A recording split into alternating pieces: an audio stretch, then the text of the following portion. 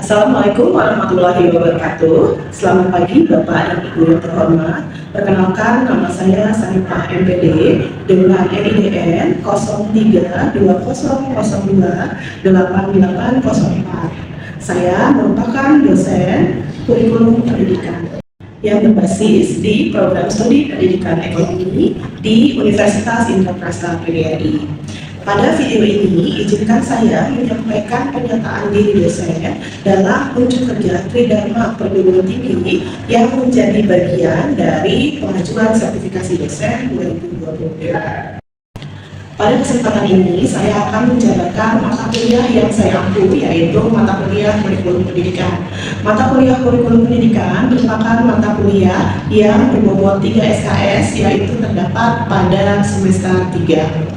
Mata kuliah ini membahas mengenai latar belakang, ruang lingkup, dan sistem perkuliahan mata kuliah kurikulum pendidikan. Mata kuliah ini membantu mahasiswa mengenai pembelajaran, kemudian memiliki pengetahuan dan keterampilan dalam memilih, menggunakan, dan mengembangkan asesmen dalam pembelajaran. Kemudian juga membantu mahasiswa menguasai hakikat profesi pendidikan dan juga standar kompetensi lulusan, standar isi, standar proses, standar penilaian untuk pendidikan ekonomi di sekolah menengah. Kemudian konsep dan prinsip pedagogik serta didaktik untuk mendukung tugas profesionalnya mahasiswa sebagai pendidik. Adapun pencapaian mata kuliah kurikulum pendidikan yaitu yang pertama, mahasiswa mampu menguasai konsep, hakikat, perkembangan, desain, struktur, telaah sejarah kurikulum pendidikan di sekolah, kurikulum yang berlaku di Indonesia, kerangka dasar, dan struktur fisik, kurikulum serta pihak-pihak yang terkait dalam penyusunan kurikulum yang lengkap. Kemudian, mahasiswa mengaplikasikan keterampilan yang dimiliki berkaitan dengan materi pengembangan desain struktur kurikulum yang berlaku di Indonesia, yaitu seperti melakukan observasi dan analisis kurikulum yang dikembangkan di sekolah pada tingkat SMA, SMK, atau MA, dan juga tingkat SMP dan juga MTS, serta menguasai materi dan mendukung keilmuan yang mendukung pembelajaran pendidikan ekonomi. Yang selanjutnya yaitu menganalisis permasalahan perkembangan kurikulum di Indonesia didasarkan hasil analisis informasi dan data yang didapat dari pihak-pihak yang terkait dalam penyusunan kurikulum di sekolah berdasarkan dengan baik dan buruk. Materi yang didiskusikan selama perkuliahan adalah yang pertama yaitu adalah dasar pendidikan, kemudian perkembangan kurikulum di Indonesia, kemudian ada komponen, manfaat, peran, siklus, model, dan juga struktur kurikulum, kemudian ada sejarah perkembangan kurikulum di Indonesia, kemudian ada desain dan implementasi kurikulum berbasis kompetensi, kurikulum tingkat satuan pendidikan dan kurikulum 2013, kemudian ada desain dan implementasi kurikulum merdeka, kemudian ada peran kepala sekolah dan pengembangan kurikulum, kemudian ada silabus, rencana pelaksanaan pembelajaran atau modul ajar bagi kurikulum merdeka, kemudian ada penguatan proyek profil pelajar Pancasila, dan yang terakhir ada telaah hasil observasi implementasi kurikulum di sekolah. Pada saat pengajaran, saya mengaplikasikan metode di ADE, yaitu Delivery, Interaction, and Assessment. Pada proses delivery, saya akan menyampaikan materi dengan bantuan Moodle maupun presentasi berupa PowerPoint. Pada proses delivery ini, saya sesekali akan menanyakan kepada mahasiswa untuk memastikan fokus mahasiswa masih pada materi yang sedang saya ajarkan di kelas. Selain itu, diskusi kelompok dan sesi tanya jawab juga dilakukan untuk membuat pembelajaran lebih aktif. Saya lebih menggunakan media teknologi seperti Quizzes yang akan membuat mahasiswa lebih senang dalam pembelajaran. Pada proses interaction, ini ada di dalam proses pembelajaran, yaitu mulai tanya jawab dengan mahasiswa, kemudian ada juga diskusi kelompok, ada juga diskusi kecil, dan juga tugas kelompok yang dilakukan oleh mahasiswa. Adalah proses asesmen atau penilaian. Pada akhir perkuliahan, mahasiswa akan mendapat nilai akhir yang didapatkan dari nilai UTS, nilai UAS, dan juga nilai tugas. Nilai UTS dan nilai UAS diagendakan oleh lembaga kampus, sementara nilai tugas akan diagendakan oleh saya sendiri sebagai dosen pengampu mata kuliah kurikulum pendidikan yang terdiri dari tugas individu dan tugas kelompok yang berhubungan dengan mata kuliah kurikulum pendidikan. Pada tugas individu, mahasiswa diminta untuk membuat resume mengenai hierarki tujuan pendidikan yang dikaitkan dengan lembaga yaitu Universitas Indonesia PGRI beserta program studi pendidikan ekonomi dan juga dikaitkan dengan salah satu mata kuliah yang telah diambil oleh mahasiswa. Kemudian resume ini akan menjadi nilai individu mahasiswa. Untuk tugas kelompok, mahasiswa diminta untuk melakukan observasi pada sekolah-sekolah pada tingkat SMP atau sederajat dan SMA atau sederajat. Demikian penjelasan mengenai mata kuliah kurikulum pendidikan yang saya ambil di kelas. Dan nanti akan saya aplikasikan kepada mahasiswa saya di kelas. Serta saya juga akan menampilkan video pembelajarannya. Terima kasih. Oke, kita mulai. Assalamualaikum warahmatullahi wabarakatuh. Waalaikumsalam warahmatullahi wabarakatuh. Selamat siang semuanya ya. Terima kasih banget hari ini udah hadir. Dan hari ini materinya itu adalah proyek pengembangan profil pelajar Pancasila PP5. Ya, nah ini sebenarnya sudah sering saya dengar ketika kalian presentasi. Ya, ketika kalian presentasi itu saya sering sekali dengar mengenai P5. P5 yang ada di sekolah itu seperti apa? Tentunya kalian sudah punya bayangan. P5 itu seperti ini, ya. Tapi di sini nanti saya akan kilas balik sedikit mengenai P5. P5 itu apa? Ya, kita lihat lebih dahulu. Ya, kalau kalian lihat, ya ini ada pengertian P5 proyek penguatan profil pelajar Pancasila. Kita bisa lihat di sini. Ya, ini adalah dari Kemendikbud tahun 2002. Memang kalau untuk kurikulum merdeka ini baru dikeluarkan di tahun 2022 ya. Karena memang atas apa kemarin yang sudah kita bahas ketertinggalan pelajaran. Ya, kenapa? Karena dari kurikulum darurat ya kalian belajar secara online. Kalian ngerasain kan? Kelas ini ngerasain? Belajar apa? Masuk atau tidak? Ya, masuk atau tidak? ya. Sedikit masuk, ada yang tidak ya. Masuk ya, kenapa? Karena memang untuk pembelajaran secara online itu memang ada banyak kelemahannya. Ya, makanya di situ muncul yang namanya ketertinggalan pelajaran. Oleh karena itu dibuat yang namanya kurikulum merdeka. Nah, di kurikulum merdeka ini ada yang namanya profil proyek penguatan profil pelajar. Nah, di sini bisa dilihat. Di sini dirancang untuk menguatkan pencapaian kompetensi dan karakter sesuai dengan profil pelajar tersebut. Nah, ini nanti ada banyak dimensi-dimensinya bisa kita lihat. Nah, untuk pelaksanaannya ini adalah fleksibel. Nah, kemarin kita sudah bahas ada proporsi-proporsi ya. Nah, untuk profil pelajar Pancasila ini maksudnya adalah ke kurikuler, bukan ke ilmu kurikuler. Ya, kita lihat ini ada dimensinya. Lihat yang pertama, untuk dimensi yang pertama, di sini ada beriman, bertakwa kepada Tuhan yang Maha Esa dan berakhlak mulia. Nanti ada bagian-bagiannya lagi. Kemudian yang kedua, di sini adalah kebinekaan global. Kemudian yang ketiga, di sini adalah gotong royong. Yang keempat itu adalah kreatif. Yang kelima itu adalah bernalar kritis ya. Yang keenam itu adalah mandiri. Ini adalah dimensi profil pelajar Pancasila. Ini kalian bisa lihat ya kalau secara tadi. Nah, ini adalah profil pelajar Pancasila. Yang tadi itu adalah dimensi ya.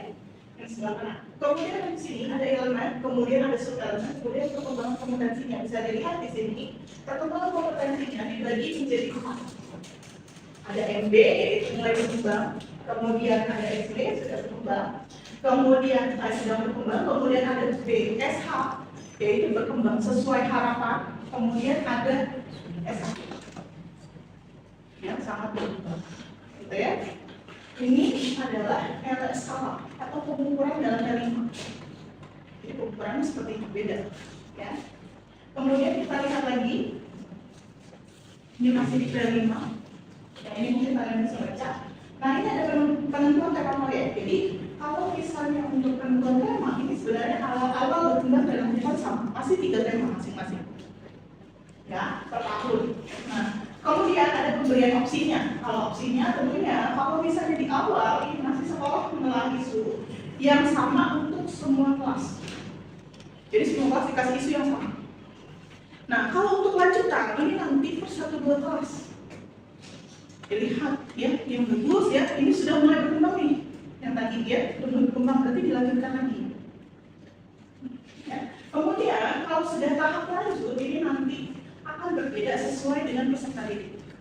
Jadi dari isu yang sudah diberikan di awal, ya. Nah biasanya kan kalau misalnya kalian dikasih analisis, misalnya disuruh menganalisis, kalian pasti yang satu menganalisis bagian ini, yang satu menganalisis bagian ini. Kan biasanya berbeda-beda. Ya nanti seperti itu. Kemudian di sini ada penentuan topik.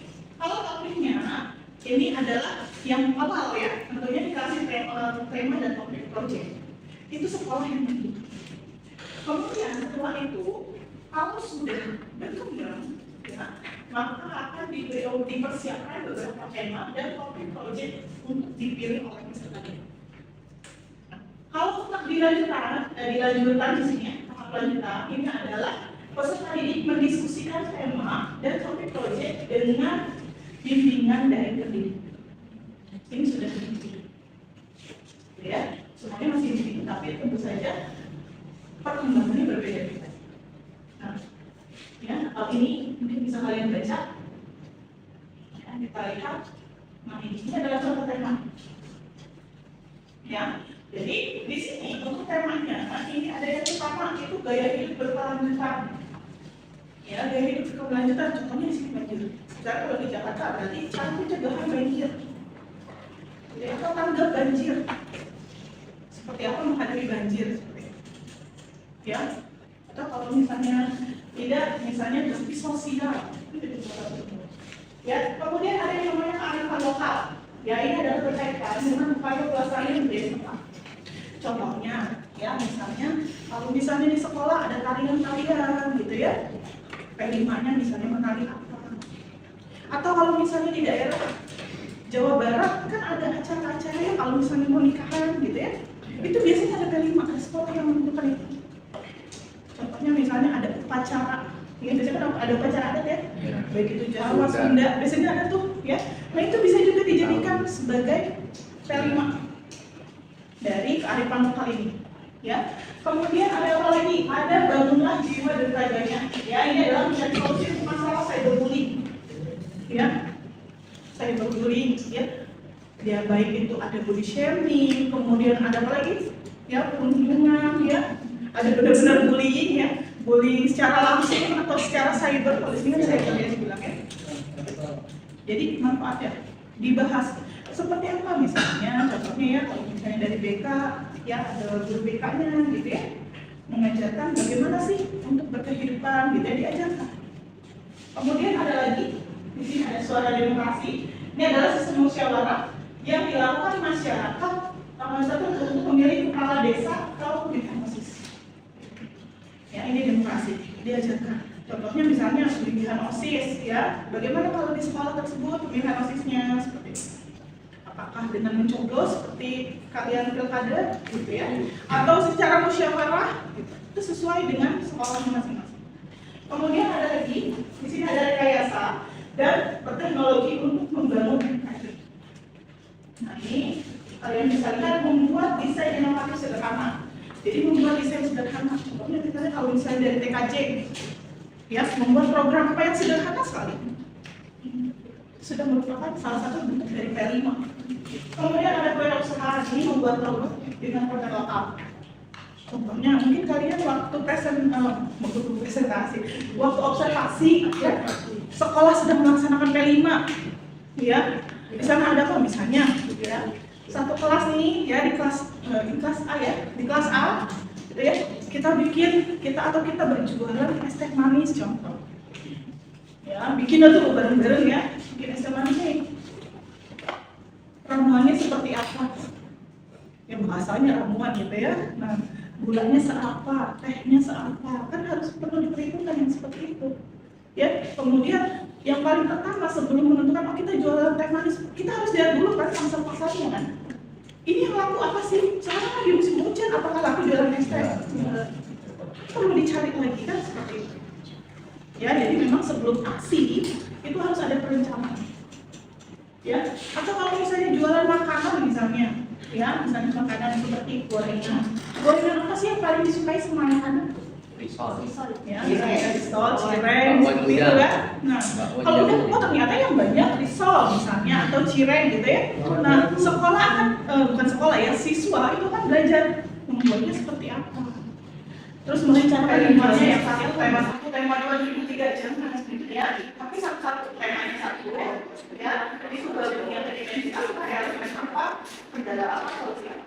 Masuk ke nomor 2. Dia nggak masalah, ya, tidak masalah.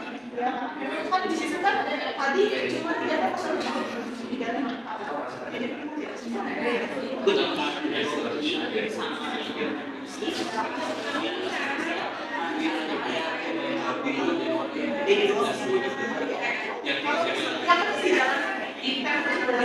Kalau temanya dijalankan, tapi kalau temanya tidak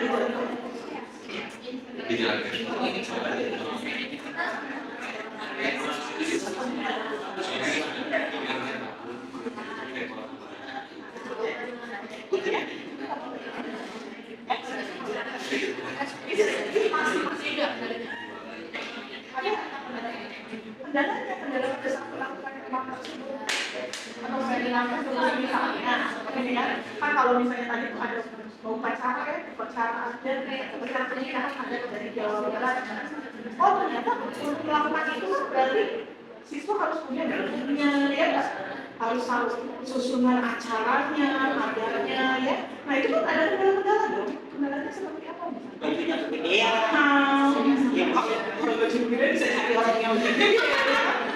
kalau misalnya dari segi dananya bagaimana Jadi ada temanya, nggak ada solusi. nah memang kalau nah kita sama memang dari proses dalam tema itu di sekolah ini gimana gitu ya bukan tadi kali lokal di sana ada kalau di sana ada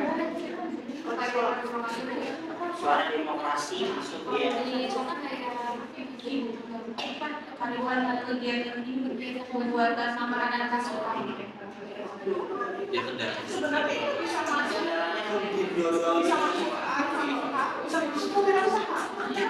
kalau misalnya yang tadi itu barang atau produk yang dijual bisa masuk Buat itu ya. Kendalanya itu sekarang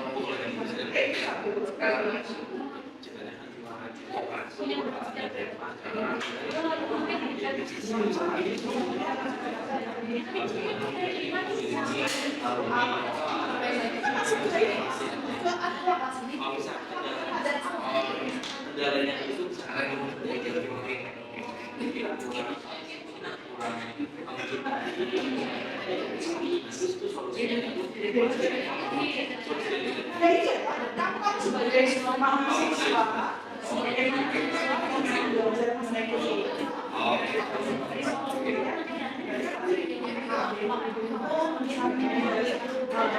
penyampaiannya misalnya kadang-kadang apalagi kalau usia sebenarnya iya dan kalau misalnya kamu bisa tapi mengalaminya dalam kondisi yang positif ya yang bagus gitu ya Negatif. ya jadi ya berarti solusi dari kalian sebagai mahasiswa bukan di posisi sekolah gitu ya kan kalian sih mahasiswa belajar gitu ya belajar mengikuti ini kan sama sih gitu ya ya ada yang lain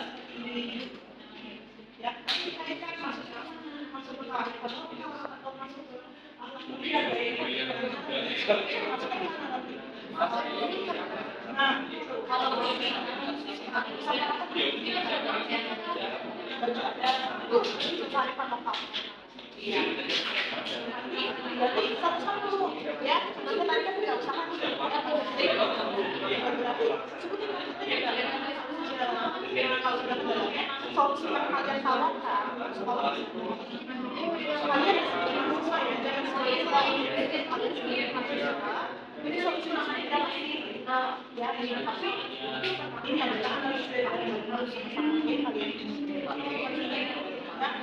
dari PSBB apa terimanya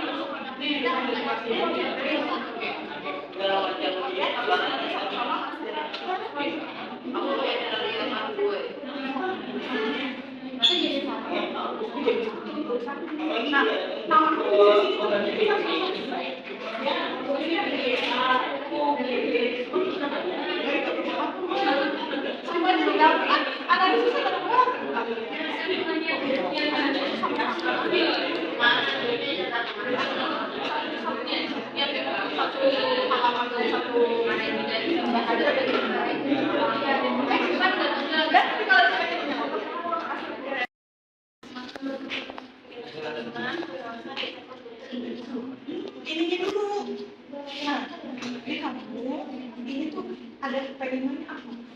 Kita apa? Ya, kemudian jangan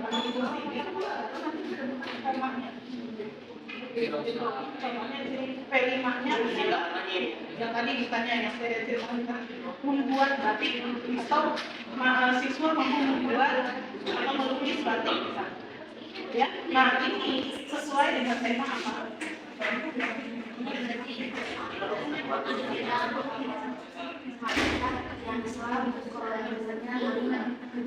Ya berarti kan beriman ya, beriman bertakwa seperti itu masuknya ke situ. Nanti masuknya ke situ angka mana? Ya angka besar, angka terdakwa dan sebagainya. Kamu sesuaikan kan? Ya nanti baru kelihatan kendalanya apa? Apakah ada rajin gitu misalnya ya? Pada saat disuruh contohnya suruh tadarus di awal misalnya kalau yang Islam gitu ya. Ternyata banyak yang tidak tadarus gitu ya. Nah ini kan kita kenapa gitu ya?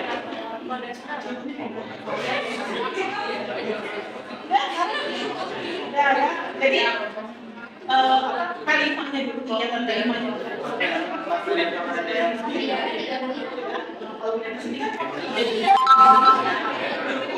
Tapi jangan salah, bisa jadi satu tema itu bisa bukan satu tema, bisa tema.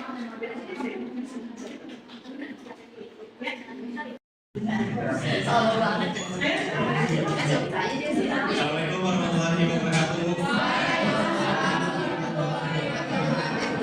Jadi di sini saya akan membacakan hasil diskusi yang sudah kelompok saya diskusikan, yaitu tentang P5.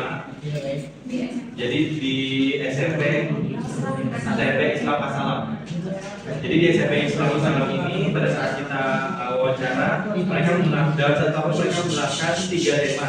Tema yang pertama ialah gaya hidup berkelanjutan. Di mana gaya hidup berkelanjutan ini dengan tema yang digunakan di bulan Januari ialah mengajarkan anak tentang bagaimana melindungi bumi, tentang makanannya, tentang kebersihannya, dan guru memantau kegiatan murid tersebut. Jadi kendalanya ini muridnya yang kurang peduli terhadap lingkungan sekitar sekolah. Solusi yang dihadapi dari kendala tersebut ialah pihak sekolah seperti guru harus memberikan sanksi atau hukuman yang membuat murid dapat sadar dan jerah untuk dapat menjalankan proyek tersebut seperti membersihkan ruangan kelas dan toilet. Lalu tema yang kedua dari kearifan lokal ialah membuat makanan khas Betawi pada minggu ke-5 dan ke-10. Kendalanya ialah murid membutuhkan biaya dan makanan yang akan dibuat. Solusinya, untuk dapat menyelesaikan kendala tersebut, saran kami pihak sekolah agar para siswa dapat menjual hasil makanan yang sudah dibuat dan hasilnya dapat digunakan untuk menutupi biaya yang sudah dikeluarkan. Lalu tema yang ketiga dari suara demokrasi ialah pemilihan OSIS yang diadakan setiap tahun. Kendalanya, yang pertama persiapan dalam pemilihan atau pelaksanaan kegiatan tersebut membutuhkan waktu dan biaya untuk setiap kandidat. Terus adanya kelompok tertentu yang tidak menggunakan hak suaranya. Solusinya adanya sosialisasi dari pihak sekolah terkait kewajiban untuk memilih atau mengeluarkan hak suaranya agar minimalisir terjadinya golput, dan solusi persiapan agar diadakan rapat dari pihak sekolah dan OSIS terdahulu untuk membicarakan dana dan alat yang digunakan. Baik, mungkin sekian dari saya. Kurang lebihnya mohon maaf. Wassalamualaikum warahmatullahi wabarakatuh. Siapa lagi? Siapa? Nih, lakinya terlalu ini over. Ayo, kamu dulu aja. Ini udah deh, Bu. Assalamualaikum warahmatullahi wabarakatuh. Di sini saya ingin mempresentasikan mengenai P5K di Yayasan SMP di Yayasan Al-Fatihah Al-Rasyid. Gak ada tanya. Oh, ada 5K. Sampai tidak. Pada saat di Yayasan SMP di Yayasan Al-Fatihah melakukan kegiatan P5 dengan tema kewirausahaan ya, dengan memasarkan sebuah produk jajanan pasar tradisional seperti festival food, dan juga seperti pasar tradisional lainnya yang seperti menjual produk kayak makanan kerak telur, getuk, onde-onde, dan juga bika ambon dan makanan jenis lainnya ya. Pihak sekolah melakukan kegiatan tersebut di setiap per semester ataupun murid diarahkan untuk pembuatan produk secara berkelompok terdiri dari 3 orang dengan target pasar seluruh siswa dan staf sekolah. Kegiatan tersebut dilaksanakan pada hari Jumat di setiap semesternya. Dan di sini kendalanya itu pihak sekolah memberikan keterangan bahwa siswa masih terkendala dalam biaya. Dari beberapa kelompok juga merasakan kesulitan dalam pembuatan produk yang ingin dibuat dipasarkan tersebut. Terus juga di sini ada kelemahannya, kurangnya strategi dalam melakukan pemasaran dan juga seperti kurangnya kepercayaan diri dan produk yang dijual kurang diminati. Solusinya dari kelompok kami yaitu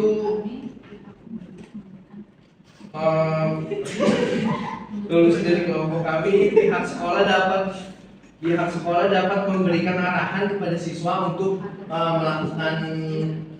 mengadakan uang kas atau tabungan untuk kegiatan tersebut.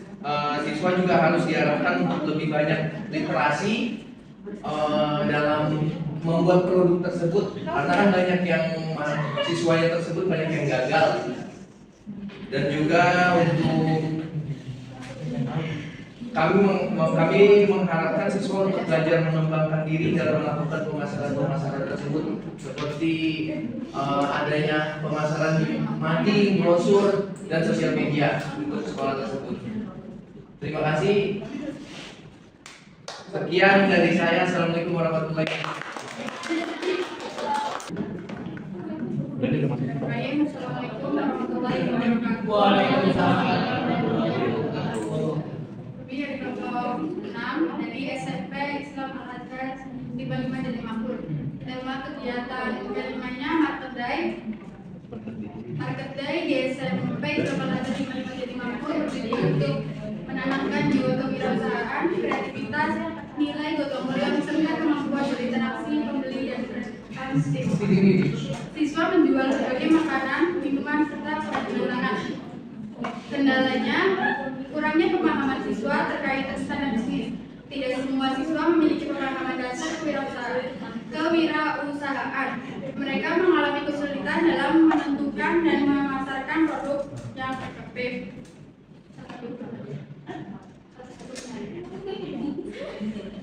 Solusinya, memberikan pelatihan singkat terlebih dahulu kepada siswa sebelum mengadakan kegiatan Market Day tentang konsep kewirausahaan, pengelolaan, dan model strategi pemasaran. Sekian presentasi dari saya. Kurang lebihnya mohon maaf. Wassalamualaikum warahmatullahi wabarakatuh.